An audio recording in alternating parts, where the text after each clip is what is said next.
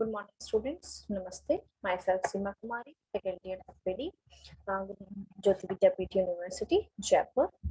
So, basically, I'm going to take the lecture on human anatomy and physiology subject of yours. And under that topic, we have started the nervous system, nervous tissue. We have already discussed. So, we are going to follow that heading only, that chapter only.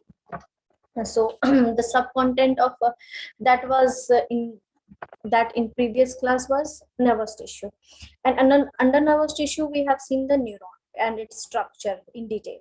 So there I have already explained about the central nervous system and the peripheral nervous system, and there is one more cell, neuroglia cells or glial cells, that are present in nervous tissue, in nervous system, that are the supporting cells.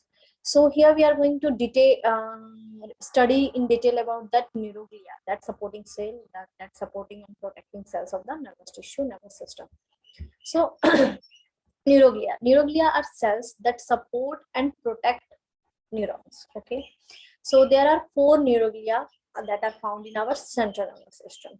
So I've explained already that whole of the nervous system has been divided into central nervous system and peripheral nervous system. Okay, so since you can see or you can imagine that central nervous system, our brain and spinal cord, are very delicate and special structure of our body because it controls the whole of the body. So the cells there are found different than the peripheral nervous system, the cells that are present in our periphery beside the central nervous system, beside our central body. Okay, so neuroglia cells, the supporting cells or protecting cells of the central nervous system, are also found different in both the place, the central nervous system and the peripheral nervous system. So first we will see the neuroglia cells that are present in the central nervous system. Okay, so they are basically of 4 types. Okay, astrocytes, oligodendrocytes, microglia, and ependymal cells. What are they? Astrocytes, oligodendrocytes, microglia, and ependymal cells. Okay, so first, astrocytes. Astrocytes have numerous processes that gives the cell a star-shaped appearance. Okay, so structurally it is star-shaped, and astrocytes maintain the ion balance around the neurons and control the exchange of material between the blood vessels and the neuron. Okay, so they are star-shaped, and the basic function is to maintain the ion balance around the neuron and control the exchange of material between the blood vessels and the neurons. Now the oligodendrocytes. Oligodendrocytes have fewer process. Okay, so the process, as we have seen, astrocytes have processes that gives them appearance like star. Okay, but if we will see the oligodendrocytes, they don't have that much processes. Okay, they have fewer processes than astrocytes. They wrap this cytoplasmic process around neurons to create an insulating barrier called a myelin sheath. Okay, so here oligodendrocytes act as a myelin sheath. Okay, now microglia. Microglia are phagocytic macrophages that provide a protective function by engulfing microorganisms and cellular debris. Okay, so the 4th type of neuroglial cell is microglia, are phagocytic in nature, macrophages that provide a protective function by engulfing microorganisms and cellular debris, which are present in our central nervous system, which may come or which may appear due to some reason, some pathology, some crossing via the blood or inside injury, anything. So they protect our body, they protect our central nervous system from the microorganism and cellular debris. Now, ependymal cells. Ependymal cells lines the fluid filled cavities of the brain and spinal cord, and many are ciliated. Okay, so our central nervous system has this cerebrospinal fluid. You must have heard it, or you must know it, that our brain is floating inside a shake, not that much floating like it's floating, but still our head inside, skull inside, has some layers like pia matter, dura matter, and arachnoid matter, and in between that layer also there is fluid.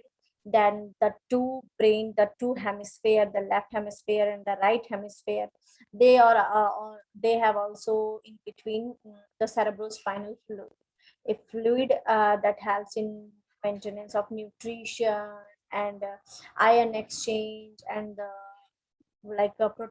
protecting the brain, the hemisphere, and helping it in proper functioning. Okay, so ependymal cell lines the fluid filled cavities, and even hemisphere has the cavities in between them. So fluid filled cavities of the brain and spinal cord, and many are ciliated. Okay, like they have the projection that are cilia.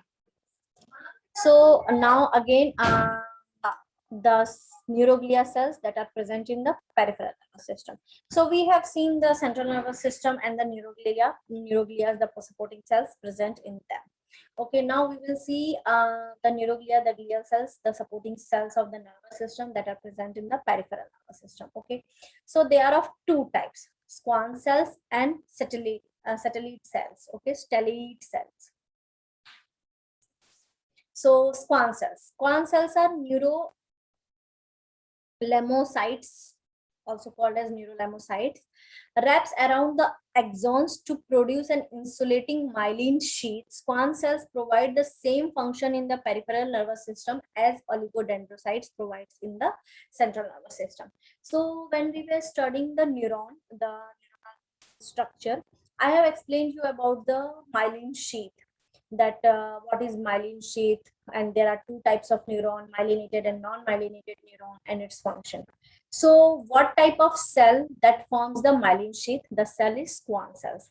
In the central nervous system, oligodendrocytes forms that myelin sheath, but in the peripheral nervous system, around the axon, this Schwann cells or neurolemocytes forms the myelin sheath. Okay, and again its function is for rapid transmission of the nerve impulses, then protecting the cell, then providing the insulations. Okay, then stellate cells are located in the ganglia, where they surround the cell bodies of the neuron. Okay, so the ganglia is a specific structure in the neuron nervous system, where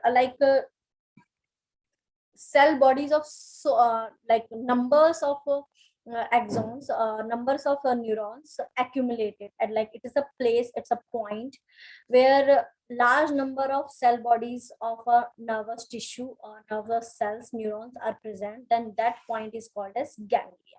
Okay, so stellate cells are located in that point, in that ganglia, where they surround the cell bodies of the neurons. So they are like supporting structure, because too many cell bodies of neurons are present at the same point, at the same place.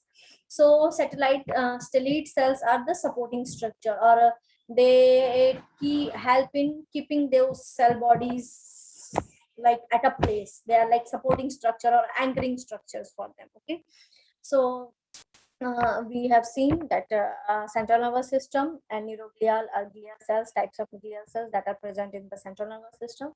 Then again, glial cells that are present in the peripheral nervous system, and their function we have seen. So here the structural or anatomical aspect of the nervous system or nervous tissue we are completing. Then in our next session, in our next lecture, we will start with the physiological aspects, its function, its transmission process, and other things. Okay, so hereby I'm completing this lecture, and you must read the whole topic very carefully. And if you read something new or the thing I haven't explained, do ask me any questions or anything you want to ask in our Google Meet solving class. And we will see the physiological aspect of the nervous system in our next lecture.